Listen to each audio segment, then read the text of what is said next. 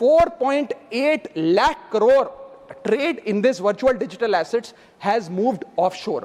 भारत के बाहर निकलकर वो अन्य देशों में दुबई, सिंगापुर, मलेशिया और अन्य देशों में इसका ट्रेड हो रहा है जो भारतीय कर रहे हैं। सरकार ने long term capital gain tax भी लगा दिया, एसटीटी भी लगा दिया और रिटेल इन्वेस्टर को और तमाम इन्वेस्टर्स को एक प्रकार से डिसइंसेंटिवाइज किया। मैं चाहूंगा कि जब एसटीटी बढ़ाया जा रहा है तो इसी बजट में ही long term capital gain tax को जीरो किया जाए। माननीय Shri Raghav Chadha.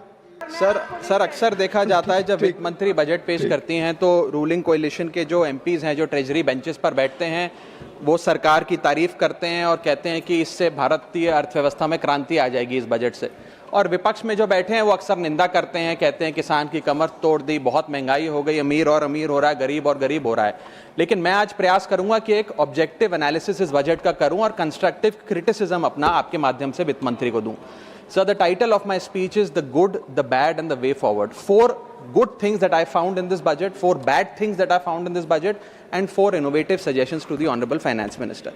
So the first good thing that I found in the budget is that there was an increase in the STT for derivative trading. Usually सरकार की निंदा हुई इस विषय को लेकर, मार्केट्स भी गिरी, लेकिन मेरा यह मानना है कि इस कदम से स्पेक्युलेटिव ट्रेडिंग यानी कि सट्टा ट्रेडिंग समाप्त होगी या कम होगी और रिटेल इन्वेस्टर जो 90% रिटेल इन्वेस्टर एफएनओ सेक्टर में नुकसान भुगतता है, फ्यूचर्स एंड ऑप्शंस के चलते जुआ खेलता है, उसमें आपको रिटेल इन्वेस्टर की प्रोटेक्शन का एक माध्यम बन सकता है। लेकिन मैं इसी के साथ साथ वित्त मंत्री जी को याद दिलाना चाहूंगा कि एसटीटी का जेनेसिस क्या है, एसटीटी का जन्म कब हुआ। एसटीटी हमारे senior colleague mister P Chidambaram जब फाइनेंस मिनिस्टर थे तो उन्होंने इंट्रोड्यूस किया and it was introduce to replace long term capital gain tax on equities. जब long term capital gain on equity zero था तब एसटीटी को लाया गया कि वे एक सिंपल अपफ्रंट लेवी होगी ट्रेड्स पर regardless of profit and loss.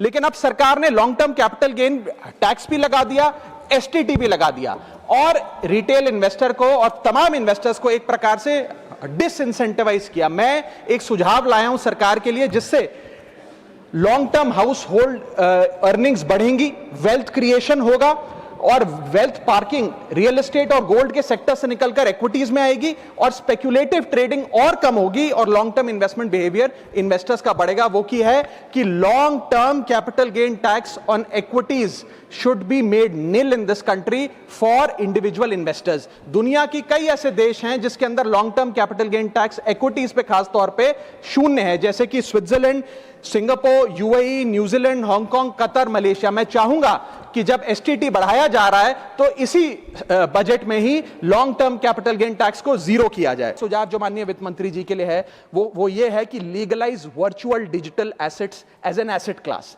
India में अभी सर वैसे ही डी फैक्टो लीगलाइज टैक्सेशन है वर्चुअल डिजिटल एसेट्स यानी कि crypto currency, stable coin etcetera, क्योंकि अगर उनकी खरीद बेच पर कोई मुनाफा होता है तो 30% फ्लैट इनकम टैक्स लगता है और 1% ट्रांजैक्शन टैक्स जो अपनी वस्तु बेच रहा है उसे सरकार को जमा कराना पड़ता है। But they are somehow not recognised as an asset class. VDS जो वर्चुअल डिजिटल एसेट्स है, एक एसेट क्लास का दर्जा नहीं दिया गया, जिसके चलते कोई डेडिकेटेड लाइसेंसिंग लॉ नहीं है, कोई क्लियर कंज्यूमर या इन्वेस्टर प्रोटेक्शन कानून नहीं है, एएमएल कानून यानी कि एंटी मनी लॉन्ड्रिंग गाइडलाइंस और डायरेक्शंस इस एसेट क्लास के लिए नहीं है and there is of course no explicit legal classification. As a result what has happened is that 4.8 lakh crore trade in this virtual digital assets has moved offshore. Bharat के बाहर निकलकर वो अन्य देशों में दुबई, सिंगापुर, मलेशिया और अन्य देशों में इसका ट्रेड हो रहा है जो भारतीय कर रहे हैं।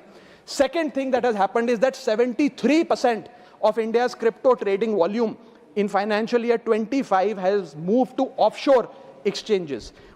What has further happened is that 180 virtual digital asset startups have moved to countries like Dubai and Singapore, and as a result जो देश भारत देश के 12 करोड़ ऐसे लोग हैं जो इन वर्चुअल डिजिटल एसेट्स में, क्रिप्टो में, आरडब्ल्यूए यानी कि रियल वर्ल्ड एसेट में, स्टेबल कॉइन में इन्वेस्ट करना चाहते हैं, वो ऑफशोर जाकर इन्वेस्ट कर रहे हैं। जरूरत है कि हम कंप्लायंस हिंदुस्तान में लागू करें, उसे हेविली रेगुलेट करें, लेकिन उसे ऑनशोर लाएं। इसके चलते अगर ऐसा होता है तो सरकार के खजाने में 15 से 20 हजार करोड़ रुपए का इजाफा होगा, उन्हें उतना टैक्स मिलेगा।